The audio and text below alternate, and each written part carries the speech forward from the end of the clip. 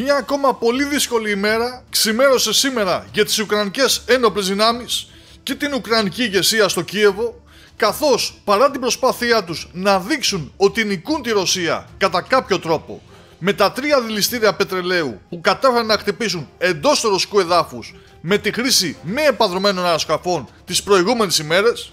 οι εξελίξεις επί του εδάφους στα πεδία των μαχών στην Ουκρανία τους διαψεύδουν, όπως έκαναν και σήμερα, και οι ρωσικές ένοπλες δυνάμεις εξακολουθούν να έχουν την απόλυτη πρωτοβουλία των κινήσεων, καταφέρνοντας μάλιστα, όπως ανέφερε πριν από λίγη ώρα το Ρωσικό Υπουργείο Άμυνας, να θέσουν υπό τον πλήρη ελεγχό τους και να υψώσουν ακόμα μία ρωσική σημαία σε έναν ακόμα οικισμό του Ντνιπροπετρόβσκ, τον τρίτο οικισμό που παίρνουν οι Ρώσοι. Τρίτος λοιπόν για το ρωσικό στρατό, που με μια ταχεία και σφοδρότατη επίθεση, όπως μπορούμε να δούμε και στα πλάνα βίντεο που δόθηκαν στη δημοσιότητα,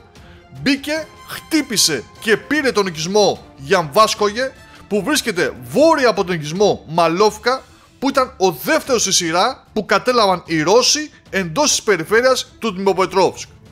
Μονάδες ομάδας δυνάμεων Ανατολή, ως αποτέλεσμα ενεργών και αποφασιστικών δράσεων, απελευθέρωσαν τον οικισμό Γιαμβάσκογε στην περιοχή Ντνιπροπετρόβσκ, έγραψε το Ρωσικό Υπουργείο Άμυνας στην ανακοίνωσή του, ενώ ταυτόχρονα χθες επέλεξε να πλήξει ουκρανικούς στόχους με υπερηχητικούς πυράβλους Κινζάλ, με τις λίγες πληροφορίες που έχουμε μέχρι στιγμής να λένε ότι χτυπήθηκε το στρατιωτικό αεροδρόμιο Σταρο-Κωνσταντινόφ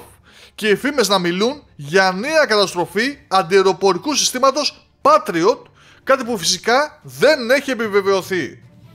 Τέλος, θα πρέπει να πούμε ότι εκτός από τον τρίτο οικισμό που πήραν οι Ρώσοι στο Ντνιπροπετρόβσκ, οι εξελίξεις τρέχουν και βορειότερα στην κατεύθυνση του Ποκρόβσκ, όπου εκεί οι πληροφορίες αναφέρουν ότι πήραν τον οικισμό Νοβοουκραίνκα, κάτι που ακόμα και το ίδιο το Ινστιτούτο για τη Μελέτη του Πολέμου επιβεβαιώνει, χρωματίζοντάς τον με κόκκινο, ενώ και στον τομέα του Ροντίνσκι μονάδες του ρωσικού στρατού εμπλέκονται μεν με τους Ουκρανούς, αλλά ταυτόχρονα κάποιες άλλες κινούνται προς τα βορειοδυτικά για να αποκόψουν τον οδικό άξονα ΤΑΦ 0515 και να δυσχεράνουν την τροφοδοσία των Ουκρανών είτε με είδη πρώτης ανάγκης είτε με στρατιωτικό εξοπλισμό.